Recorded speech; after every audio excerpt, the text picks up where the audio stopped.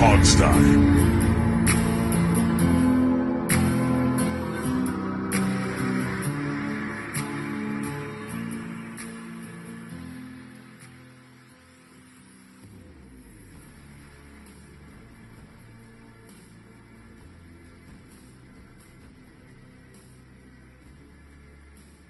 Hello, welcome to the show. Happy New Year, everybody.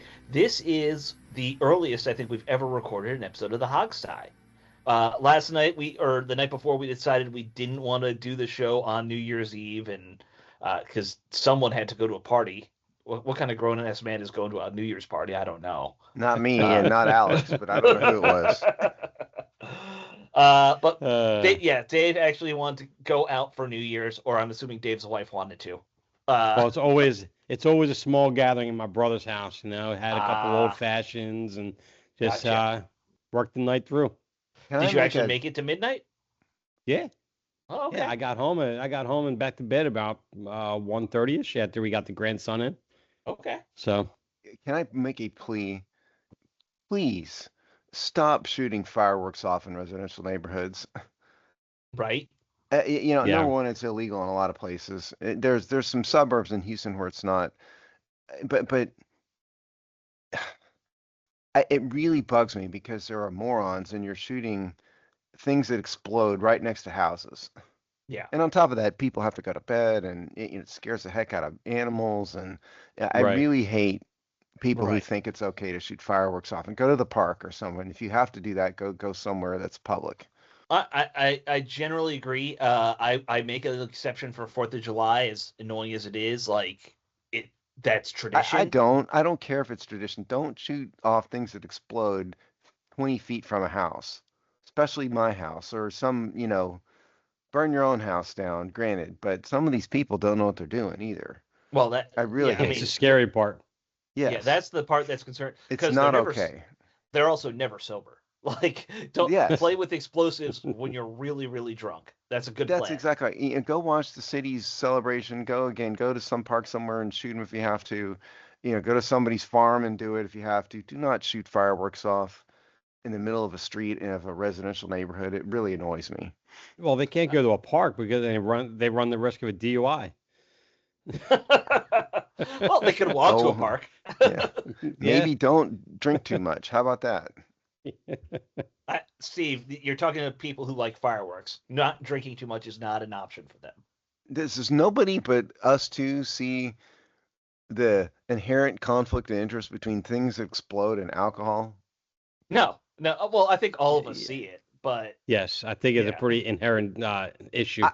Again, all three of us see it. I'm just wondering Right. if the other people out there don't. That's all I'm saying. yes, you're right. But I don't think I've ever seen anyone who's really into fireworks who isn't a drunk. I get it. I get it. You're right. And you always John, have I that. guess- And you always have that one family member going, guys, this really is not a good idea, and just Right. sits back and kicks back And and then- drink and wait till someone loses some digits and then laugh. Right. He gets called mom at some Yeah. point. Was it And- Dexter Lawrence that blew his Yep. hand up? Yep. No, Or, not no, Lauren. It was no, Pierre uh, Paul. Yeah, Peter- JPP. Right. Yeah. Yeah, I have no sympathy right now. And I have never shot a firework. Okay, call me Mr. Party Pooper, but when you grow up on Air Force bases, blowing things up is discouraged, shall we say? Well, it's encouraged in controlled environments. It's encouraged in the correct environment, not at your house. No, shoot, and the most we used to do were a couple bottle rockets on 4th of July.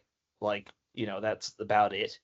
And that was in the middle of the woods. Also, probably not the best idea, but it was in a No, clearing. but at least it's better than right next to somebody's house. Right, it was in a clearing. It was next to somebody's house, but it was Could you- my aunt's Could house. you burn down the woods? Yes. No, something would have to go really wrong the way we do things. But yeah, JPP blew his hand up. I know. Yeah, probably. Probably the extent that we ever did with our kids, where there's little snappers, the sparklers, Yes. and there's Oh, little sure. snake sparkler Snakes are things, fun. whatever. Snakes are Snakes, fine. yeah. No one cares about snakes. Yeah. No, yeah, I'm not talking about that. I'm talking about. We're talking people- M80s and Oh yeah. Yes. Yes. quarter sticks of dynamite or whatever. God, it it is. annoys me. Yeah. Yeah, it wasn't too bad here in DC, which is shocking. Usually, like whenever there's an opportunity to shoot off fireworks, people just go nuts here. Because again, Right. it's the white trash. Oh, I want fireworks like correlation. It's basically a circle that Venn diagram of like Well, I don't know drunks, if it's kind of racial. I think it's trashy. drunks and trash, no matter what color they are. I think Yes, it's drunks, low class, yes. and fireworks. It's a circle of three Venn diagrams. And then you have then you have the person that is no longer living in a low class neighborhood but came from that environment and can't Right. get it out of his head. Oh yeah, it's genetic. It's a Yes, genetic thing. right. It's nature, not nurture. Yes, exactly. Yeah, no, well, we can move off the New Year's things. I didn't do anything for New Year's. I just sat around and watched TV. I didn't Uh, either. yeah. I hate New Year's. I never do anything It's for New Year's. New Year's was fun when I was 21. It New like, Year's is never fun for me. I'm the no, Yeah, introvert. right, yeah. That's why we just do a small little family gathering, just right. chill, just I, I relax. I could never be one of those people who goes to Times Square or something Yeah, like no. that. That How seems do Especially those awful. people go especially to the Times Square. bathroom? Has anybody wondered They wear that? diapers. They wear diapers, Steve. Do It's they really? documented. That's crazy. There's no porta potties. Well, because you couldn't put thousands of porta potties out there. Right. People wear diapers for that. It's Well, That's you insane. also, insane. well, you also talking Times Square. People are, I mean, the area is used to people pissing on the walls and alleys and stuff like that anyway. So Right, You- but Dave, during New Year's, they can't even get to the alleys and the walls to pee on. that is true. Yeah, like when you get in, if you're in that front row, you're not moving for 8 hours. New York is It's such a wonderful place. and the weird thing is, those are all Midwesterners. No New Yorker ever goes down there for that. I know I wouldn't. Yeah, yeah, it's all a bunch of tourists from like Iowa. And the rich folks are in some skyscraper, so it's not them. Right, exactly. All right, let's talk about some football stuff. Oh, One, football. Yes, yeah, forgot. that's Sorry. what we're actually here for. It's the last week of the season. A lot of games that mean nothing. We'll get into the Eagles preview in a bit, but I guess first let's recap Christmas. How was your guys' Christmas? No, and not everybody speak at once. I'll go Yeah. first. Sure, my Christmas is wonderful. Thank you. Oh. Did you actually turn on the game, or were you like me and you're like, I don't want my Christmas ruined. I'm not gonna put this on. Let me hang out with my family and I'll watch it later. No, I watch it. I mean, you can't, you can't ruin my. If it was the Redskins, yes, but Sure. this is not the Redskins, so no, I watched it. Well, by the time I actually I got got the bored chance to with really it. watch it, it was getting into halftime by the time I got to my sister's house. Mm. Because we have other traveling we do prior to that. So Sure. yeah. Yeah, I was at my aunt and uncle's, and my uncle put it on sometime around halftime, and I was like, I looked at the reflection in the window, saw the score was already like way down. I was like, I'll watch it tomorrow. you know, I just kind of accept it. Look, that game went about as sideways and badly as you could ever expect a game to go. Although they did make it competitive in the end and score wise. Yeah, yeah. score wise, they did. Yeah. But Steve, why The don't you outcome give was us never those in doubt. numbers Okay. and we'll go from there.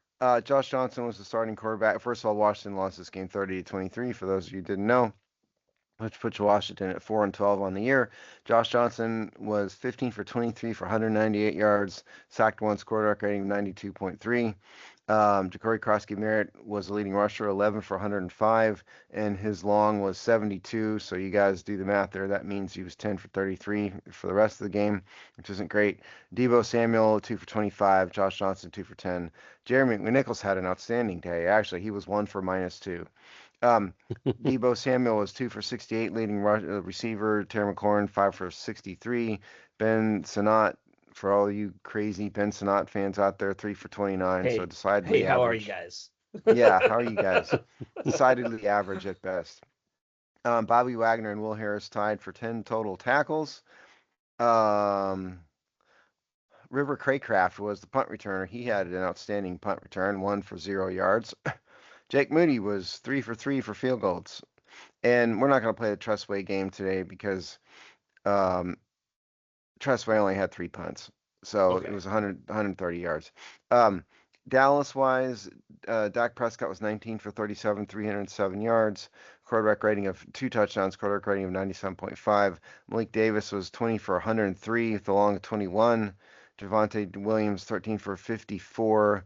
Leading receiver was Kevontae Turpin, 1 for 68. George Pickens 4 for 78. And that is all the interesting stats. Yeah, I mean, not an unexpected great. result. I think the day that they announced Josh Johnson was going to play, you just abandoned all hope, right? Like, Well, there's okay, so Josh Johnson was actually fairly decent in this game. Okay, well, was he great? No, but he did a pretty decent job considering he was the third string quarterback. I thought, he looked like a professional. He didn't embarrass himself. Did he miss? He had 65% completion rating. Didn't throw an interception. Didn't have a touchdown. Missed a touchdown in the end zone with what's his name? Terry McLaurin, if I recall. Right. But all in all, I thought he was pretty decent, for what he did. He didn't have any horrible plays like he did in the Philadelphia or the first game he played. right. Well, so here's my thing I would say to that.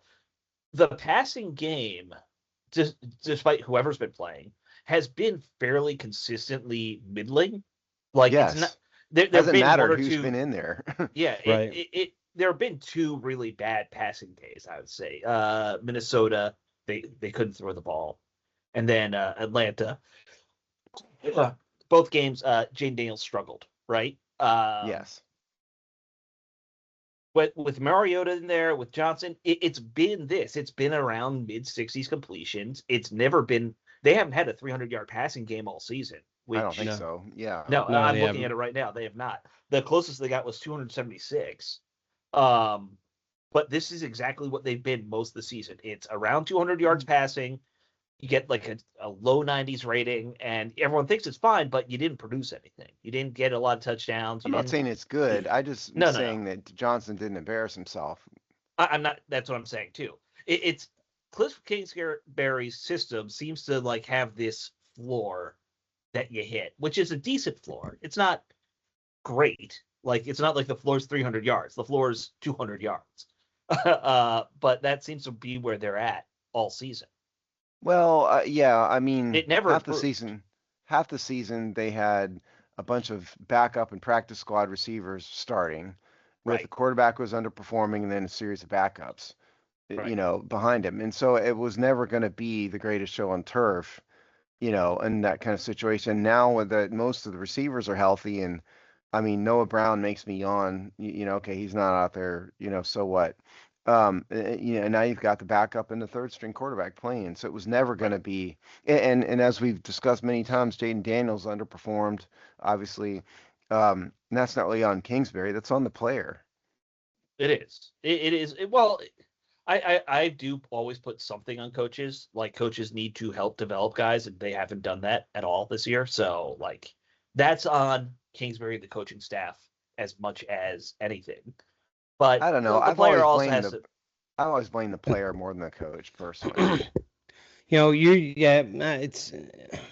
I get blaming the players more so than the coach staff. But this year has been kind of that year where it's, you have to mix in the injuries, you got to mix in the constant rotation of receivers, the running backs, and even our secondary has been taking hits, and our edge rushers and so forth. It's now I know there still needs to be execution by the players. I get that, but when you start getting to your second, third, or third levels of your depth charts in some of these positions, it's just so difficult to find any form of continuity, any kind of consistency. And that's where I kind of shift a little more blame to the coaching, because when you watch teams like San Francisco, they've gotten as far, as deep as their second and third level starters, and yet they still kept afloat. They were still playing well. They were still competitive, and they had the players ready. It just seems like that this coaching staff has lacked, getting the guys at the second and third level positions and developing these young players and getting them to a point where when they need them, they're not there to perform. Now, granted, still the players still have to execute. I get that, but I mean, Right. there's only so much execution that you can get from your number 4, number 5 receiver, or your number 4th corner if all they're doing is just running the practice squad teams through the starters all week, and that's where the focus is at on the starters, for most of the year. So I think this year is a bit more of a mix of both player and coaching, and it's been just a weird year all season. That's probably fair. But I mean, look, if the team would have been, I think, 10-6 right now if only Kane Medrano had started for Bobby Wagner. Right. No, I think that there maybe are that's awesome. definitely There's roster no doubt. issues. Yeah. There's no doubt that if Kane Medrano had been starting for that horrible, scumbag Bobby Wagner, then the entire season would have turned around. Yeah. I mean, Kane We'd probably be in the Medrano playoffs would right probably lead the team in tackles too. Hello, like that's Beantown Greg. How are you Yeah. today? Look, and it's a chicken or the egg situation. I think that there are a lot of coaches, and I've heard other former players say this. There are a lot of people who get into these coaching jobs where they're the assistant position coach or whatever, and they shouldn't be there. They don't know how to develop talent, but they're there because they're friends with the head coach or they're friends with the OC. Well, there's a lot of that in the NFL. I mean, the fact of the Yeah, matter right. is, everybody knows. You don't hire. They don't put an application on Indeed. Right. Looking for offensive coordinator.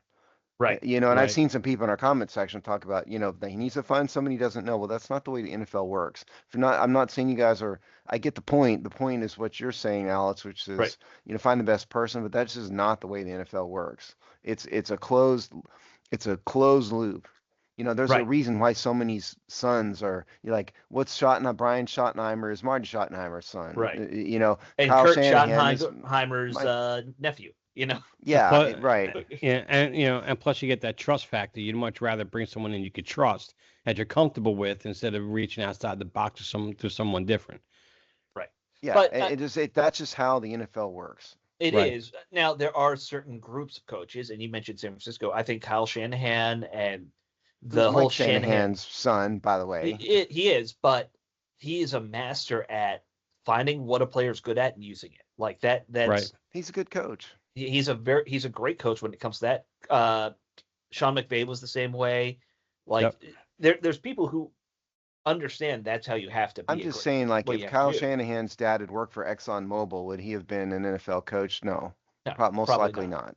Right. Probably not. No. The only guy like that I could. Oh no, wait. Arthur Smith's father owned part of the Washington Redskins. So Arthur See? Smith, yeah, father was a billionaire FedEx CEO. Well, I mean, And and the other way in is obviously you're a former player, and you work your way in and work your way up.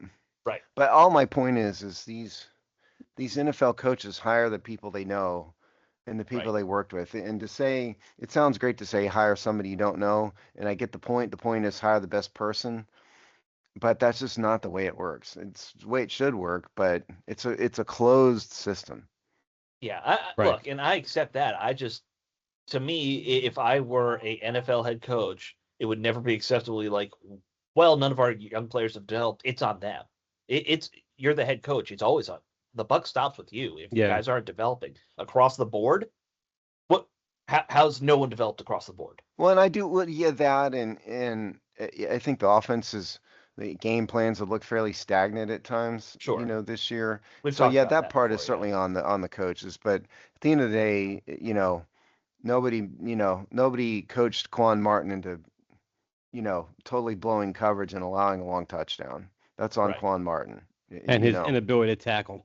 Yes, and his inability Right. to tackle. Right. Now, he's an interesting case, though, because that's a guy who looked like he was developing the last few years, and he seemingly has regressed, which is interesting. But, let's get back to talking about Okay. what we did see in this game. Obviously, we don't want to focus too much on it because the season's over. And it was a long time ago at this point. And This was yeah, a that's Thursday true. game. That's true. This was a week ago. It was a week ago. Yes. It was nice to see Ja'Cory Cross-Merritt have a good day again. Well, look, see, can I stop? I don't want to be Dr. Negative here, but he had one nice play technically, and then the And rest of them, 3.2 yards after that per carry. yeah, Yep. which is his norm. So he had one good play. Right. Right. Which isn't consistency. What we've been looking for all year with these running backs is consistency. Not one of them has been consistent. Right. Well, they're all this mold. They're all it's kind of in that Shanahan one cut zone running back mold where you're going to have one or two big runs, and that's what makes your day yardage wise. That's kind of like the whole philosophy there. But they don't have that guy like Alfred Morris in that scheme who's still got 4 or 5 yards every run. What you need is someone who can consistently average 4.5 yards a carry. Right. And then has 2 big runs. I'm a firm believer in that's the goal. 4.5 yards a carry, because that gets you a first down, and and 4 yards a carry is kind of average in the NFL. Right. Well, see, I think we were starting to get a lot of the more. I think we were getting more consistency with Chris Rodriguez when he was in there, but I thought they bailed way too often off him.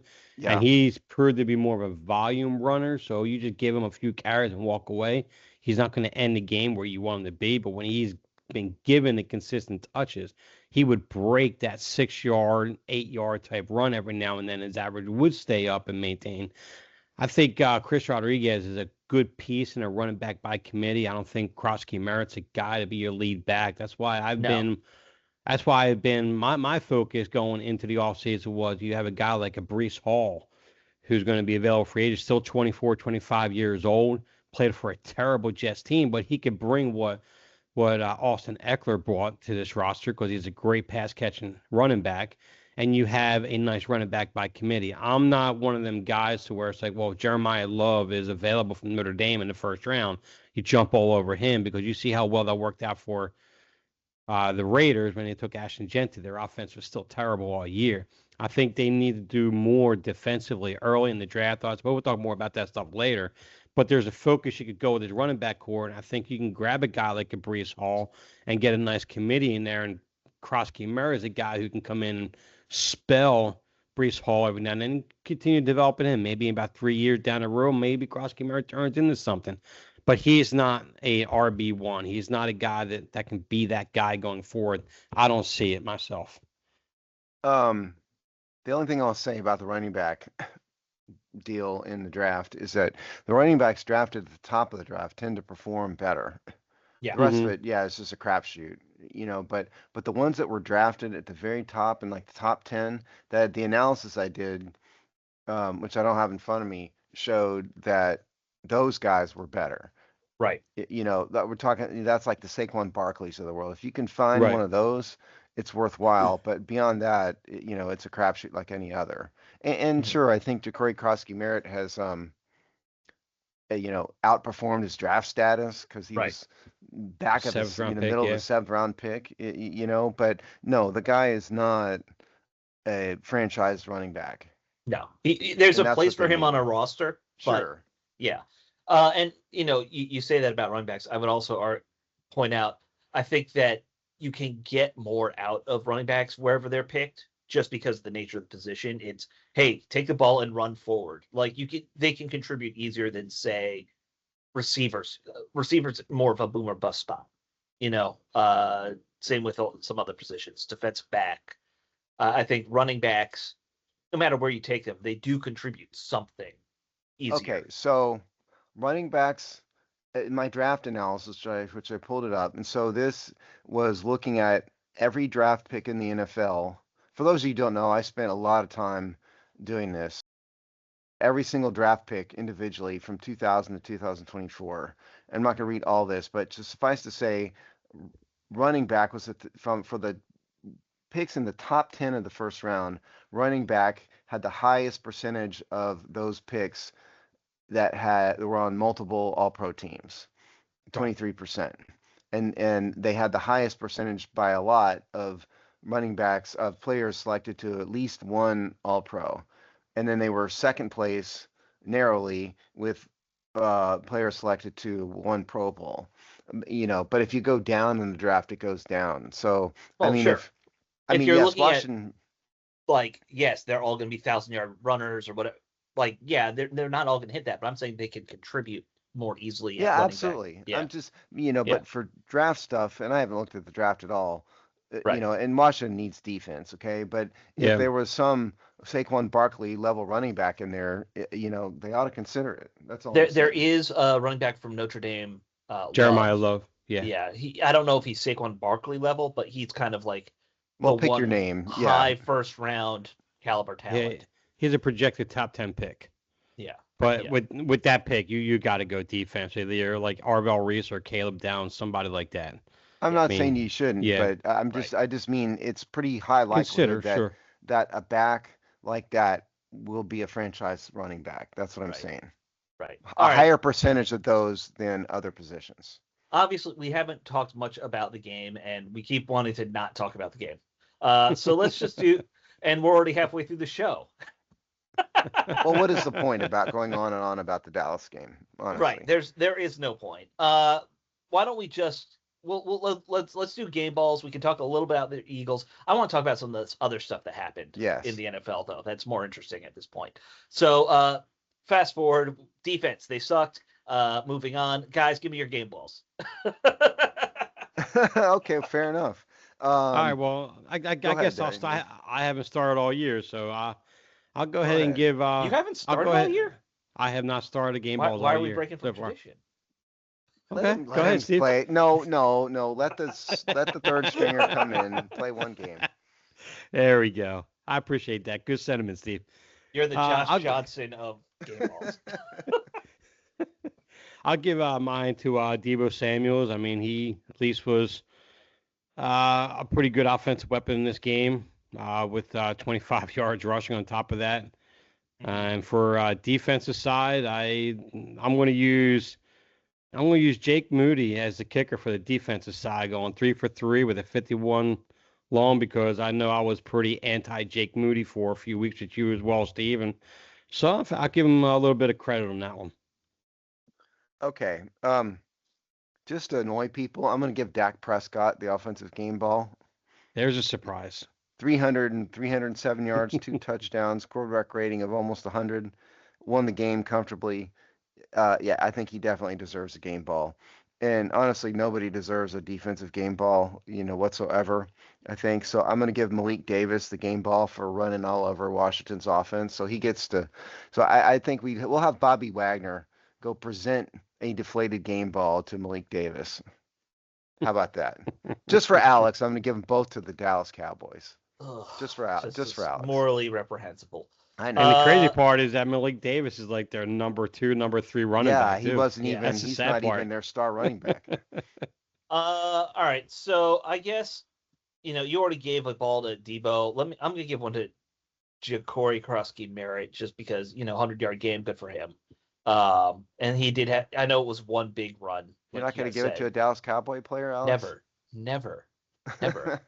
I'll give them a game ball if it's coated in syphilis so that they'll get sick. Can you coat something in syphilis? We'll find a way. I have Bobby This Kennedy is Jr. not my working on it world. right now. All right. On defense, I will actually give it to Johnny Newton, who did have a 3-sack game here.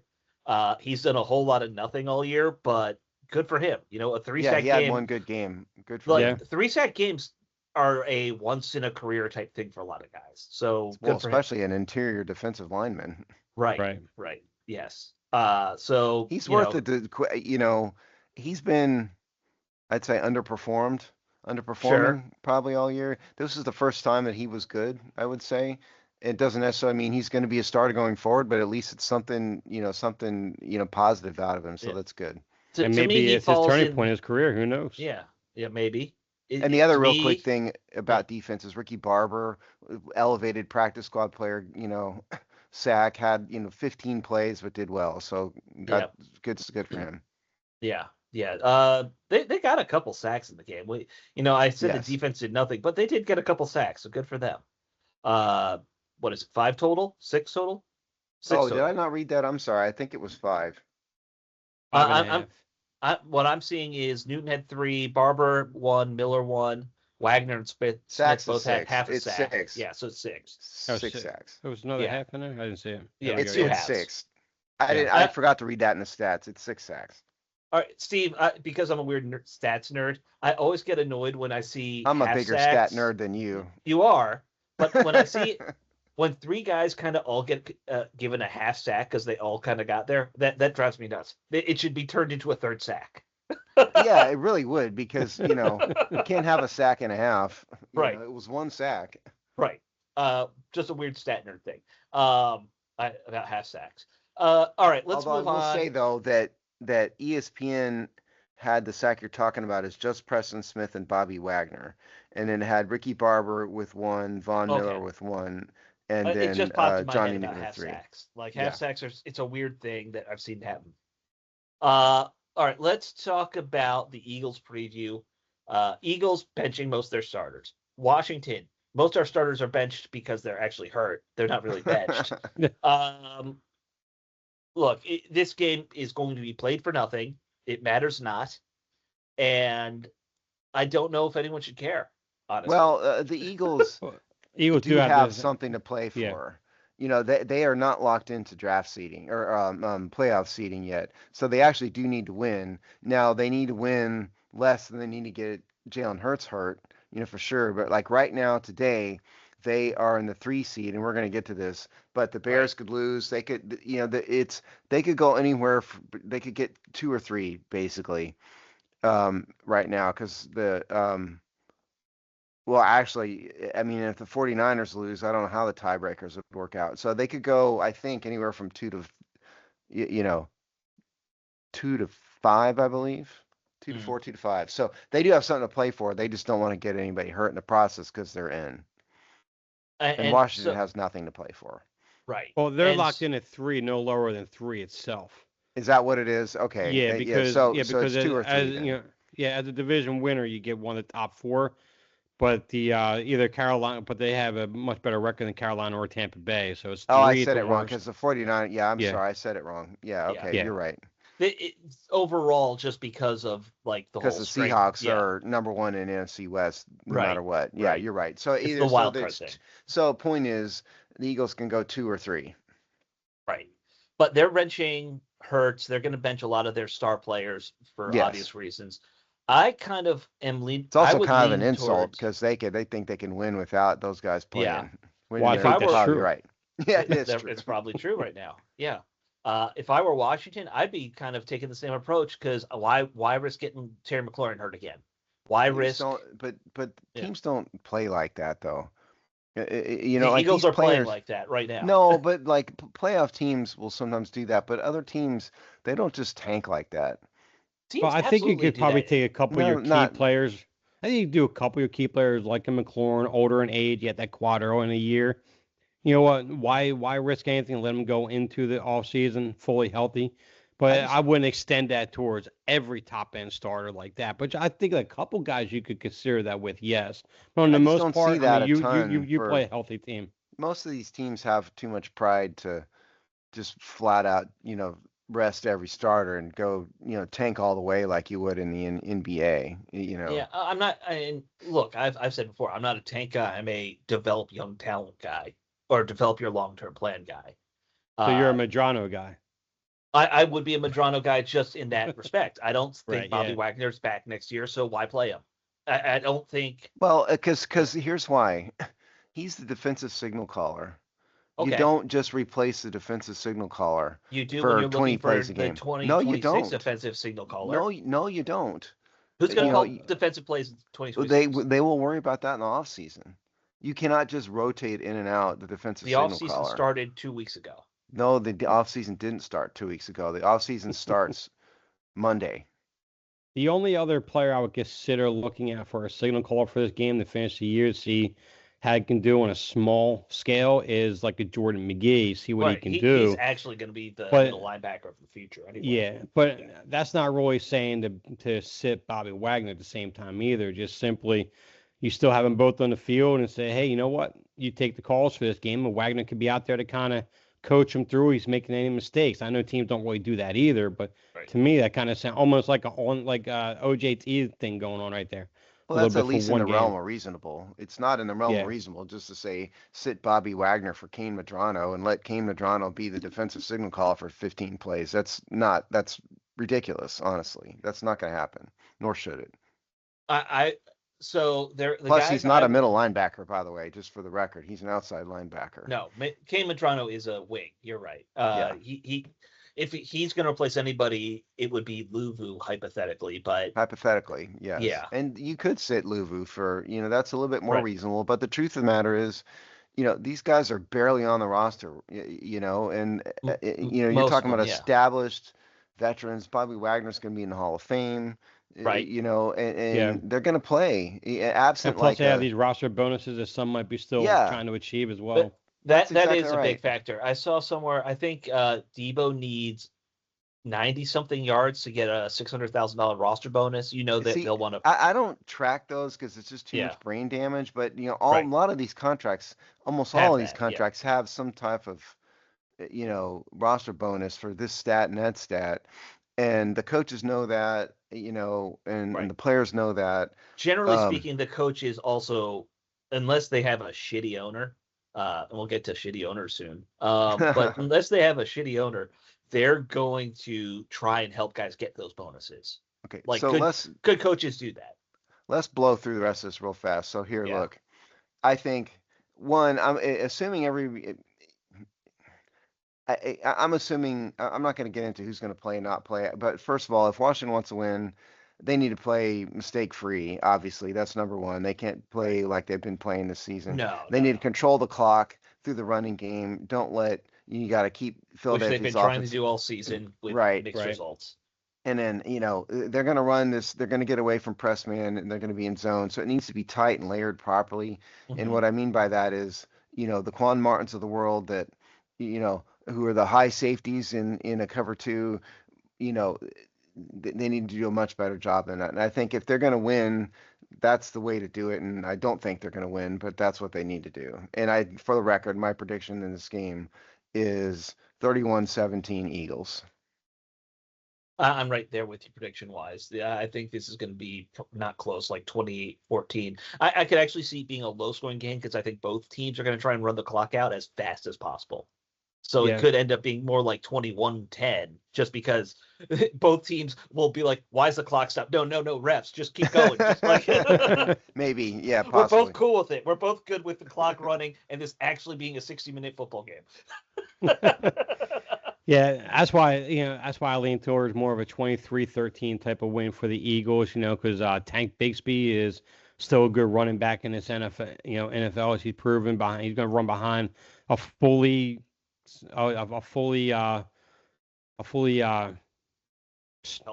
offensive line for the Eagles. Because I don't think they're sitting most of their offensive linemen, and obviously Lane Johnson won't be there. But and you saw what Malik Davis did against that defense, and Tank Bigsby is a better running back than that. Tanner McGee, I think, is a capable quarterback. He's going to have freedom to do pretty much anything he wants in his final game of the year, probably. And then you have the defensive line for the Eagles. I mean, their secondary defensive line is far and away better than our number one unit right now. That's how deep they are. So their Eagles' depth in this roster. I was talking to my brother last night about this game. He asked, "Well, what do you think the game's going to be?" I said, Eagles are going to win because they kill us on depth of roster, the talent that they have. So even their number twos are better than pretty much our number ones all the way across the board in the most part going to the game. So I still don't see this game as a gimme for Washington in any way whatsoever. Yep. Yeah. All right. So there you go. We all think Washington's going to lose. Right. All right, so let's talk about some of the other stuff going on in the league. Obviously, let's go over the playoff picture right now. Right now you have in the NFC, what was it? The Seattle is number one, right? We said Bears, Eagles, and Niners are all in for sure. I've got the NFL's playoff picture. Okay, do you have? If you want, yeah. Okay, so right now today. In the NFC, Seahawks are in the number one seed position, first place NFC West. Bears are first place in the NFC North at 11-5. The Seahawks, by the way, are 13-3, and so they're locked in. These are all locked in. They're locked in, and so the Eagles and Bears are both at 11-5. We said earlier as 2 and 3 seed. Right. The Panthers are currently first place in the NFC South at 8-8. However, the Bucks are 7-9, and so in second place, and so that division is up for grabs still. And so then Right. currently the wild card seedings then are the 49ers, Rams, and Packers, who are 12-4, 11-5, and 9-6-1 respectively. Right. So still remaining in the hunt beyond for the NFC, it's really just the Panthers and the Bucks. And actually the Packers, Rams, and 49ers, I think, are locked in. Right. Let's see here. And then NFC or AFC Broncos are 1. Oh, yeah, let me do AFC. Yeah, I was looking Yeah. for okay, AFC Broncos are currently in number 1 seed. The Patriots are currently number 2 seed. They're both 13-3, so that Right. is up for grabs. The Jaguars are first place in NFC South, so they are in the hunt too. The Texans, well, then we go to So in the AFC North, AFC yeah, North, the Steelers are 9-7, the Ravens are 8-8, and so that is up for grabs in terms they of play each other too. Yes. Yeah. And so that's a win and you're in scenario, and lose and you're out scenario. 'Cause the Texans have the first playoff wild card seed 11-5, Chargers 11-5, and then the Bills are 11-5. And so yes, it's a win and you're in for the Ravens, Right. Steelers. And with some decision over who could be the last wild card seed with those three, Yeah, right? they're all 11-5, and that's who's between 11-5 depends on who wins and whatnot. So that's Right. and then In everybody terms of else is seeding and everything. everybody else is eliminated, and obviously including Washington. Right. Right. So that's the playoff picture. The other thing to kind of look at with this season, obviously, Black Monday will be coming up next Monday, when they start firing all the coaches who are going to get fired. There's a lot of potential names on the list, and I want to just run through them, and you guys give me a thumbs up, thumbs down, Roman gladiator style. Do you want us to do that thumbs up or thumbs down visually, or should we say it out loud? Let's just do it visually. Let's allow for the mystery for the listeners. Okay. Well, I'll tell you, I'll do it out loud. How about that? Okay, fine. All right. Let's start with what I think is the most interesting thing, that win and you're in game between Baltimore and Pittsburgh. Both Harbaugh and Tomlin have kind of been in rumor mills for it's time for them to move on. They've both been coaching for, it seems like 20 years at their respective teams. In either case, does the loser get fired? John Harbaugh or Mike Tomlin? Well, if you're going to do this right, you want a thumbs up or thumbs down, you've got to start with one. All right, let's start with Tomlin. If they don't make the playoffs, does he? Now, Dave, go. I have my answer, but go ahead, Dave. Yeah. I think I think for me personally, I think it's a thumbs down from Mike Tomlin. And the crazy part is that outside of Ben Roethlisberger, here's been his quarterbacks: Mason Rudolph, Kenny Pickett, they drafted in the first round, turned out being a bust. Mitch Trubisky, Russell Wilson, Justin Fields, and then Aaron Rodgers this year. They've never given him a true franchise quarterback to even build around. Right. And I think that's what they need to do in this offseason, get him a guy beyond Aaron Rodgers and see what he could do over the next couple of years, because he's that good of a coach. He's gotten the most out of his roster over so many years, and he's never had a losing season. I mean, to me, most people think I'm crazy when I say that, because he's been mostly average, most people say, and I say you're completely wrong, because he's had to deal with he's literally never been average. Exactly, Dave, you right. gave him a thumbs down, though. Thumbs down means he gets fired. Yeah. Thumbs up. I thought you meant thumbs up for being fired. No, thumbs up means, so the Roman gladiator thing is thumbs up you live, thumbs down you die. Yeah. Okay, I didn't even catch that part. You're Italian. So you should know how gladiators work. Thumbs up he lives. Yeah, I'm definitely a thumbs up for Tomlin. There's no way he's going to get fired, nor should he. Yeah. I think you're right. There's been times when the Steelers' talent has been lousy, but he always gets the most out of his team. 19, 20 seasons in a row, winning seasons is crazy. So definite thumbs up. I tend to be thumbs up too, because I like Tomlin. The only reason I could see them moving on is it has been that long, and sometimes you just look, it's been a good run. The Steelers have a history of that long, though. Right, they do. But we're kind of at the end of I'd have to go look at some of the other guys how many years they got total. But you're right. He's like their fourth coach since the merger. Yes. Pre-merger, by the way, Steelers awful history. They pretend that they didn't exist before leather helmets. They really do. All right, John Harbaugh in Baltimore. They're 8-8 right now. If they lose, they're out of the playoffs too. So thumbs up, thumbs down, Harbaugh. I'll go first this time since Dave went first last time. Mm-hmm. I think thumbs up for Harbaugh. He's going to stay along another year. I think he's a lot more tenuous than is Tomlin for a variety of reasons. Mm-hmm. And I think they have questions at quarterback. I mean, my Ravens fan is just apocalyptic about Lamar Jackson at this point, but I don't think they're going to fire him yet this year. So I think he's going to be tenuous, but thumbs up barely. Well, for me, I think I stick with thumbs up. But what's interesting is to see it develop in the offseason. There were some rumors talking about that, going into this year for between Lamar Jackson and Harbaugh. Lamar Jackson willing to commit to wanting to stay in Baltimore, apparently, if they move on from John Harbaugh, apparently. I haven't heard anyone like Adam Schefter of the world, just more beat reporters from the area kind of talk about that. So that dynamic's going to be interesting to follow as it goes through, but I give a thumbs up for Harbaugh for at least one more year. Yep, that's right. All right, and I'm going to go a little bold here. If they lose this and don't make the playoffs, I think Harbaugh's gone. I think this is kind of the end of the line for him.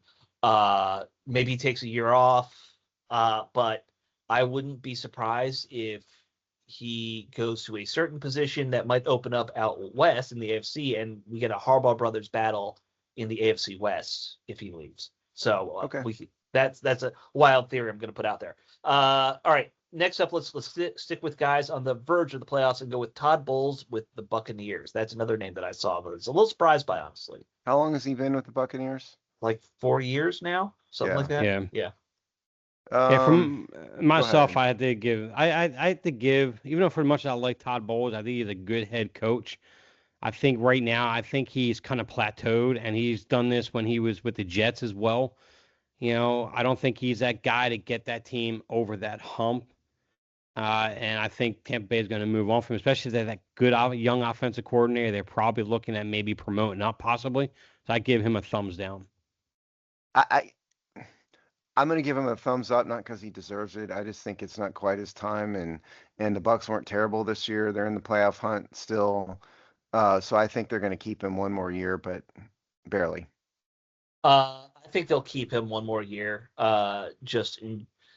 Look, you're on the verge of the playoffs. They've never really given him an opportunity to have a roster like built around like you'd want, right? Like he kind of came in the post Brady era. They've made some good headway with Baker Mayfield, but it's not like that's a star quarterback. Mayfield's like probably got 2 more good years left. Just if you're looking at his trajectory, would be my guess. So I think that they probably stick with Bowles through that, and then whenever they're done with Baker, you move on from Bowles and you build the classic way. Find your franchise coach, find a franchise quarterback, go from there. Okay. All right. So Mike McDaniel in Miami, 7-9. Is it Dave first? I think it's Dave. I think who is it? Me or Dave? I went first last time. Okay. So it's me. Yeah. McDaniel. The Dolphins suck. Tua sucks. He's dramatically underperformed. He needs to go. Thumbs down. Yeah, I give a thumbs down for him. He is completely 180 from last year alone. And the roster, for the most part, has been. They've had some injuries, but still, as an offensive coach, he has not been able to adjust and adapt his play calling to, what you see like Sean McVay and all them do out there. He hasn't been able to do that. So and he's I give a thumbs down. and he's failed with Tua. I think. I'm a thumbs down on him too. I also think just nothing about him screams head coach. No. Right. And I know that might be personality and youth and all that, but like he just doesn't have it.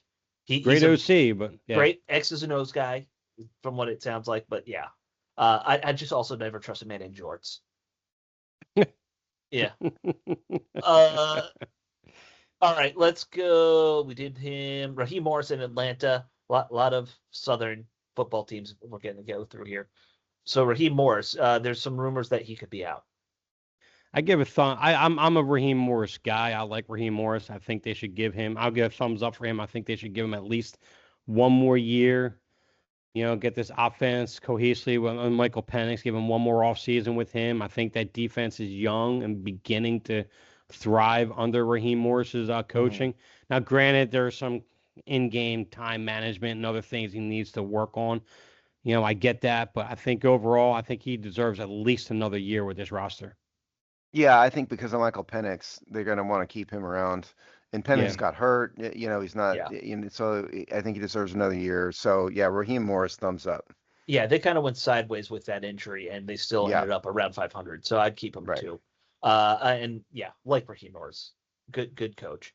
All right, so now we're gonna go to the crummy teams. So we'll start with Cleveland. Kevin Stefanski is 4-12. Great defensive team every year in year out, but they cannot seem to find their way out of a paper bag on offense. Who's up first, You. Alex? I can't You. remember. Me. You're up. Yep. He's out. The Browns are a terrible organization. They're never going to do anything that's good or right, and they're going to continually, replace people, fire people, make the same mistakes, and they're always Right. going to suck. So they're going to fire him. Yeah, I give a Thumbs thumbs down down. for Stefanski. I don't see Stefanski as a good. I think it's like almost like Mike McDaniel. He's not a head coach. He can't manage the entire team. OC, this- perfect, or DC. Yeah, Perfect defensive coordinator mentality. But and plus Yeah. also with regardless of how Shedeur Sanders may have entered the draft, regardless how you feel about that, how he was handled on this team wise, Horribly, terribly. terribly. So that's all Stefanski right there. So Yeah, I don't like Shedeur Sanders. I don't like attitudes like that, and I don't like Deion Sanders' attitude. But they handle him terribly. right. Yeah, And by the way, he hasn't been in the past couple of games. He's been slightly better. He's looked like maybe he's an NFL quarterback. And the Mhm. Browns, because they're the Browns, never do anything right. right. Right. All right. John Gannon in Arizona. Dave. I think I got to give him a thumbs down out there. They've addressed the defense. The defense still isn't great out there. They've done nothing to, granted Kyler Murray's got limitations. I think I get all that, but everything is just. I haven't noticed any improvement across the board on anything on that roster, on that team overall. So I give a thumb down to Gannon. Oh, I need to speak out loud. I forgot. Yes. Steve did gesture. Yeah, no, he's out. They're 3-13. They suck. He's out. All right. Yeah. Two more to go. Aaron Glenn with the Jets. Should the Jets just keep firing their head coach every year? I'd say it that doesn't seems to be their matter if the tradition. Jets fire him or Yeah. not. First of all, they're Yeah. always going to be terrible, but they're clearly going to fire him. The Jets are in the same realm as the Browns, and then Washington under Dan Snyder, and they can never do anything right. It's a horrible organization, and they keep trying everything under the sun and keep firing people, and so they're going to fire him. Thumbs down. They probably will fire him, but I want to give a personal thumbs up for him because he's a good head coach. I think he's a good motivator, and he knows how to get the most out of his guys. It's just the Jets are the Jets. I think that's why he'll ultimately get fired. That's But what I'm he's gonna saying. get The Jets pi- are the Jets. Yeah, but I think he's that guy. Just like what Bill Belichick first went to the Browns was terrible, and then went on and became one of the best all time. I'm not Yeah. saying Aaron Glenn will be one of the best all time with another team, but I think he will be in a better situation somewhere else in a few years if he gets another shot as a head coach. Yeah, I think if you put him on a good team, he's more of like a 509 win type coach, not this. I'm with you there, but he'll get fired. All right, here's the wild card: Pete Carroll in the Raiders. They ended up going 2-14. Carroll's really old by NFL coaching standards. And this is where I think, and I'm going to give mine first here. I think Carroll gets canned, and that if Harbaugh is let go, goes to Vegas. I have no idea what's going on with Davis out there as an owner with that team. That team is an absolute wreck, almost rivals that of the Browns. Yeah, but he's busy with his 25-year-old girlfriend because it's true love. I mean, I know what's going on with Davis. I mean, Davis is the son of a weirdo, and he's more of a weirdo than his father was. And his father wasn't a good owner either, by the way. He lucked into John Madden, in the 70s, and was it the 60s, 70s? 70s. Yeah, and he was a maverick and all that, but he wasn't a good owner. And the sons of owners are usually Worse. privileged and, coddled and dumber than their fathers. And this is the case here. Right. And so they're definitely going to fire him. Thumbs Yeah, down. I I think this one's gonna be a little unique. I think Pete Carroll walks in his office and says, "I'm done. Just let Well, me that go." may be. Either way, he's out. Yeah, Yeah. he's out. Either way. Yeah. All right. So Well, lastly, you missed one. oh, who do you want? Dan me to- Quinn. He's went from 12-5 to 4-12. Oh, that's Is he fair. actually considered on the hot seat though? No, he's I'm not just really saying he being should considered. be. He is not considered on the hot objectively. seat. Objectively, yes. Any team I that's would give him under a 5 thumbs up wins. for the record. They shouldn't fire him, but I'm just saying when you go from 12-5 to 4-12, you probably deserve the hot seat. Yeah, you're probably right there. So I think I think thumbs up. most owners would consider that kind of a decline if the team didn't have the health issues that it had, because Josh Harris knows that this has to know that the depth in this roster was not very good. And there was no coach. There's no coach in this league that was going to take this roster and do much of anything with it anyway. Unless so it stayed healthy, yeah. Yeah. So are we? I didn't want to take We're all up on thumbs this up. time. Are we We're all all thumbs thumbs up. up? I just We're all want thumbs to up. throw it out there that he's probably Yeah. deserves to be on the hot seat. That's all. Fair. Okay. Last topic I wanted to get to because it was a crazy story and it had to do with the Washington game that we didn't really want to talk about with the Cowboys. Trayvon Diggs got fired or released by the Cowboys. Now for a lot of reasons, but the straw that broke the camel's back with Jerry Jones and with Brian Schottenheimer was that Trayvon Diggs wanted to stay in D.C. after the game to be with his family for Christmas. And they went total Scrooge and just said, no, you're fired instead. Well, and this is, what the Cowboys said was that this is sort of the straw that broke the camel's back, so to speak, because they handled him weirdly, with a concussion that he He's had fell health at home or issues in something. He's had general, health issues, yeah. but he hasn't Right. apparently, I think, hasn't been in the building for some of that time. And this thing with the airplane. Now, look, another thing or two about Jerry Jones.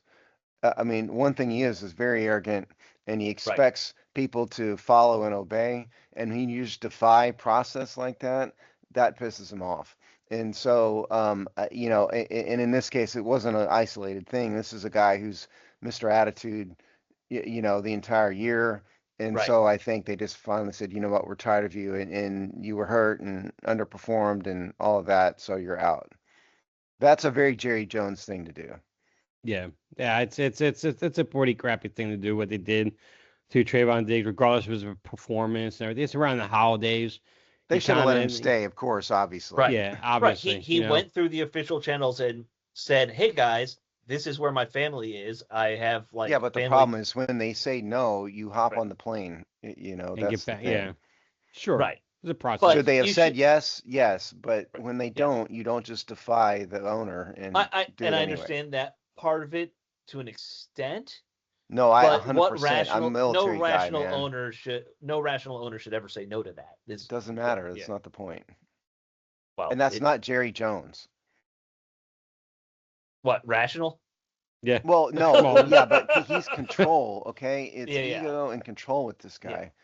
And so when you just, yes, I agree. They should have let him stay. I mean, what is the point? They had, Right. it was a Thursday game, practice wouldn't be till Monday or whatever. Certainly they should have let him stay. It would have been the reasonable thing to do. But when they don't, what you do is you give them the finger by your, behind their back, and you get on the plane. That's what you do. Right. Sure, but it just makes it's a terrible look for Dallas to do it. It really was, because it's Christmas. Like Yeah, that's the- basically you're killing a half a day where then he has to turn right around and get on another plane and go back, and it's stupid and dumb, and they should have let him Yeah. stay. yeah, And by the that- way, Stephon Diggs, his brother, has been charged with felony strangulation of his cook. Yeah, yes, which is why it's not a DV situation. And then there's a misdemeanor assault and battery charge in there too. So right. you may see him get cut as well, depending on what happens with the criminal case. And I don't know how, the NFL standards are not up to criminal law standards. They Right. really only have to have, essentially a reasonable belief that it's true, and that's all they need to do. All they need to have to Right. suspend him. And so, And the Patriots don't need any reason to cut him. They could just cut him. So, Odds are he's getting suspended for this one. oh Yeah, yeah, yeah. absolutely. Now in Trayvon Diggs' case, my first reaction was Washington absolutely should make a move for him this offseason. That was my move. That was my thought too. Yeah, Once yeah. I He realized, was picked up. they asked me this in the comments section. I was mixing up Stephon and Trayvon. Right, My right, initial reaction was, well, he got charged with strangling right, a right. woman, so no. But then once I Right, realized it was Trayvon, I had him right, right. backwards. They definitely should have tried to sign him. Yeah. Now he was claimed by the Packers off waivers, so Yes. he's Right. with them for the rest of this season. But his contract's basically voided after that, right? Like it's not like the It's like Packers. 3 years No, of no, no, no, no, non-guaranteed no, no. money. Yeah, no, no, that's not what happened. So when it's waived from a rookie contract, right? And so No, the it guarantee. wasn't. He had a extension. Sorry, yeah, but he's still within the reason he's waived. There's a certain number of years. I think it's 5 years maybe Oh, that okay, you gotcha. waive. Yeah. And so the guaranteed money goes away, but the contract stays in place. And so the Packers picked up the however many years it's left on his contract. 3 years, Oh, I okay. believe, So yeah. they And then do. and Okay. then the Dallas gets stuck with the dead money for whatever it is for next year as a result of the guarantees. So that's what happens. Gotcha. Okay. So he's So not going to be that the Packers would have to cut him or waive him again to put him on the market. right, but he's also not going to have guaranteed money, which means like he's going to want a new contract for even. Yeah, but Regardless. there's nothing he can do about it. Right.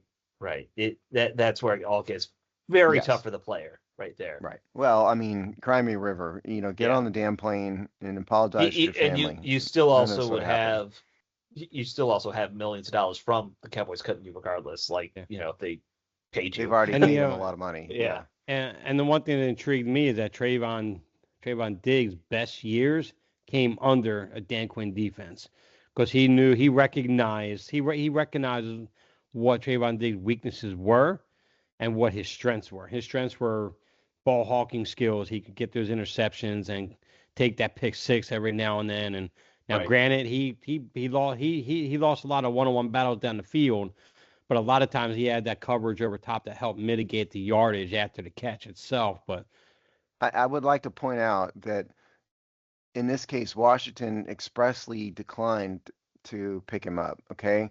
Right. Because how waivers work, for those of you who don't know, and I know Alex and Dave know this, but for those of you who don't know, the waiver process works wherein the team with the worst record gets a first shot at it.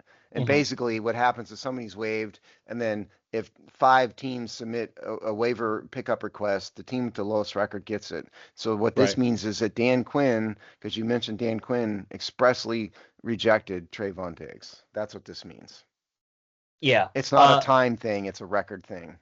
yeah, Right. It will be interesting to see, because even though the Packers picked him up, I would not think that he's part of their any long-term plan for them. I don't I know. think that's more of a playoff push type deal. Maybe So if he is a free agent, it'll be interesting to see what happens there. they'd have to cut him Yeah. or waive him again, waive him. Right. But again, once it's the off season, Yeah. it doesn't matter. And I I guess guess they're not going to is- take a cap hit anyway. The point is Washington expressly declined to pick him up. That's the Right. point. Right. yep. Which was a little surprising, honestly. I would have thought they would have made that move. But I mean, maybe Dan Quinn thinks the guy's a bad attitude too. I mean, the guy Mhm. obviously does have a bad attitude, you Yeah. know. And if his brother's any judge, neither one of them are saints. And Oh, plus, yeah. you had the locker room presence of of Micah Parsons and Yep. Mhm. Lawrence and Dallas to be able to control a lot of that. You don't have that presence outside of Wagner to control a lot of all that.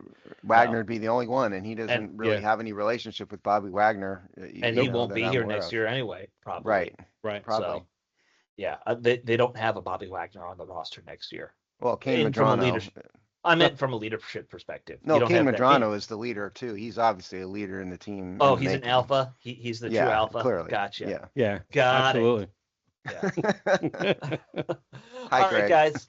That should wrap up this show. I'm kidding, welcome Greg, by the way. I'm picking on him unnecessarily. No, In it's case not, he gets his it's tender not- feelings hurt. It's never unnecessary, Greg.